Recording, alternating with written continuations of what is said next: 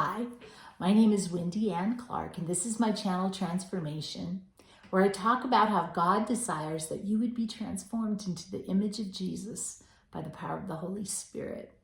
And here I bring teaching that I hope will encourage you to cooperate with the Holy Spirit and to be changed over time. And what I want to talk about today is our needs that we have that are real, that we might not always identify or understand that we have. So we have very real needs: emotional, physical, mental, and spiritual needs. And we're always looking for ways to meet them. We recognize and we accept that we have physical needs, at least the most basic needs. We know we need food, we need water, we need sleep. At some level, we know we need exercise, we need to get up and move around, but we can easily kind of ignore that need, pretend we don't have it. We need air, but we seldom think about this need unless the air quality is particularly poor or we have a physical problem that interferes with our ability to breathe, but we need air. But we have other needs that aren't physical, and they aren't always as obvious.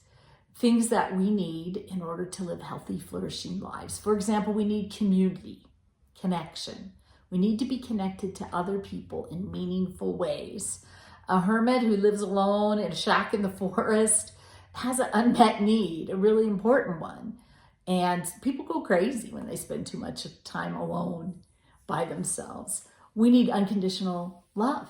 We need acceptance. We need someone who will still love us no matter how broken we are. We need someone who won't give up on us. We need to be loved without strings attached. We don't need someone to say, I will love you if you do this, this, this, and this. And even if we don't acknowledge it out loud, our heart recognizes that manipulative love isn't really love at all. We need security to feel physically and emotionally safe. And living in a state of uncertainty and possible unsafety is stressful and brings tension. And there's lots of people that live that way all over the world, live in times of where there's war and there's political unrest and there's things that might happen. And recently, talking about riots and things like that, I remember we were living in Southern California during the Rodney King riots, and a lot of the stuff that was, even though we lived in Long Beach, a lot of stuff that surrounded that, including like curfews and events being canceled, and this state of uncertainty is stressful, brings a lot of tension. Someone who lives with an unpredictable person, or a person who might be angry or violent suddenly, has to live on high alert all the time. And there's this idea of like sleeping with one eye open. I mean, it's real for some people, that they don't know what's going to happen, when it's going to happen, when somebody might hurt them. And that's very stressful, and that sense of insecurity and unsafety. So we need a sense that we can be safe. We need someone that we can be honest with, someone to trust, a safe place for us just to be our authentic selves.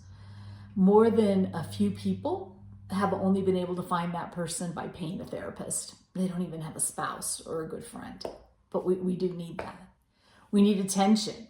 Every one of us needs to be seen and acknowledged and to feel like we're important to somebody else. I remember years ago reading about this seminary student who was living in a house with all these other male students, and he committed suicide in the basement, but he wasn't found for several days. How had they not noticed that he was missing? Like, he was so disconnected that it took a few days before they went, hey, where did he go? And went looking for him. I think that is just like the most tragic and sad thing, because we need somebody to care that we're gone. We need wisdom and knowledge, understanding and direction in how we should live, and what we should do, and where we should go next. Our lives are shaped by how we've seen these needs met or not met in our lives, by how we proceed to seek after having these needs met, or even how we might just neglect these needs or pretend that we don't even have them. In healthy families and healthy marriages and healthy friendships, we can and should get many of these needs met. But when these relationships fall short, we can find ourselves seeking to have these needs met in all kinds of unhealthy and destructive ways.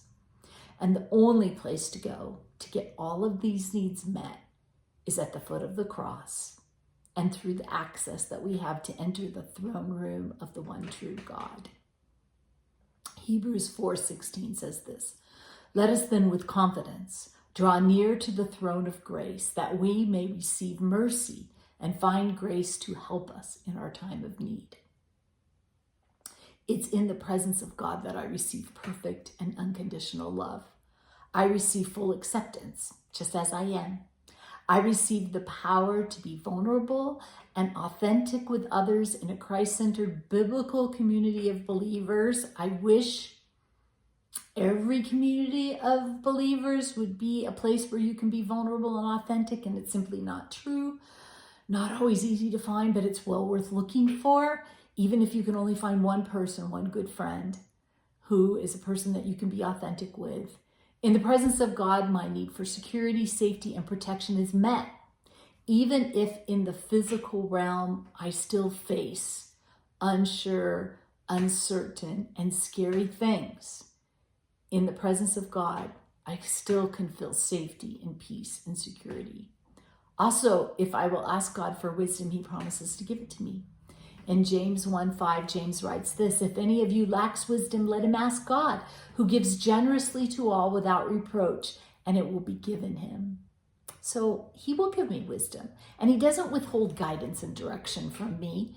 Proverbs 3:5-6 says, "Trust in the Lord with all your heart, and do not lean on your own understanding. In all your ways acknowledge him, and he will make your path straight." So I can trust the Lord, and I need to lean on him and stop trying to work it all out for myself. Yes, we can live physically without all of these things. But if we want to live a healthy and flourishing life, we will need to have these things met, these needs met. And not having them met might drive us in all kinds of harmful directions to do and say things we shouldn't be doing and saying. So we need to go to the only one who can truly and fully meet these needs. We need to seek the presence of God every day, all day long, all throughout the day.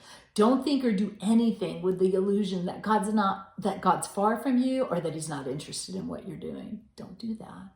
Draw near to him, knowing that in turn he draws near to you. When you allow God to meet all of these needs, you'll be freed up and empowered to love, encourage, minister to, and serve those around you, stirring them to go to the one who has the power to meet their needs and to heal the broken places and to fill up the empty spaces in their lives. I hope you found this helpful or encouraging. Let me know what you think in the comments below. If you like it, please hit like, share it if you think someone else might like it. Hit subscribe if you want to help me out on YouTube. The more subscribers that you have, the more people get invited to see the content. That's kind of how it works. Hit the notification bell if you would like to be notified when I post new content. And thank you for watching, and see you next time.